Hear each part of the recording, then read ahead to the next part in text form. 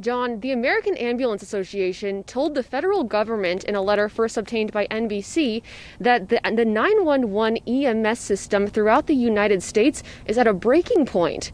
I set out to learn what that means for Southern Nevadans.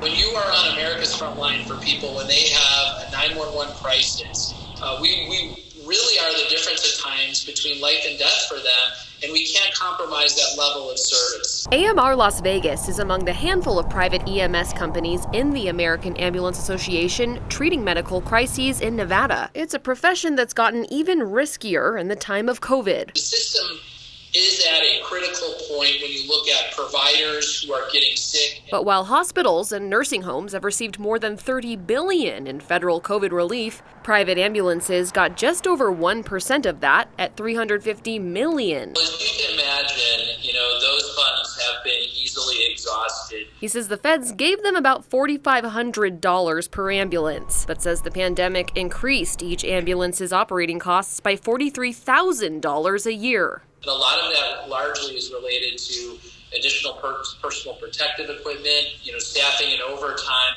So we have received such a fraction of it. And really, to put it in perspective, the same proportionate ratio that, say, a dentist's office has received, our frontline providers who are out there working every day to protect their communities receive that exact same percentage. Plus, Kasperzik says the COVID crisis is causing slowdowns and other issues in Medicaid reimbursement. It's been a struggle, especially for the smaller ambulance companies. Especially for the rural communities, he says. But while he and other EMS leaders continue to wait for an answer on new federal relief, there isn't exactly reason for Nevadans to panic. By virtue of us having such a large workforce here in Southern Nevada, we're able to bring extra people in to staff up more units to be able to compensate. But he did say, due to loss of revenue, ambulances could get a whole lot more expensive if local COVID numbers continue skyrocketing. Here's what he says you can do in the interim. We need to make sure that the community is doing the right things too, masking up, washing their hands, social distancing, so we can continue to come and help them at their time of need.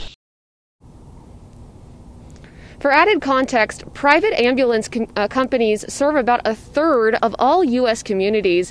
A representative from Las Vegas Fire and Rescue tells me that in most medical emergencies, they will send out private ambulances. Reporting live at AMR, Maddie White, Fox 5 News, local, Las Vegas.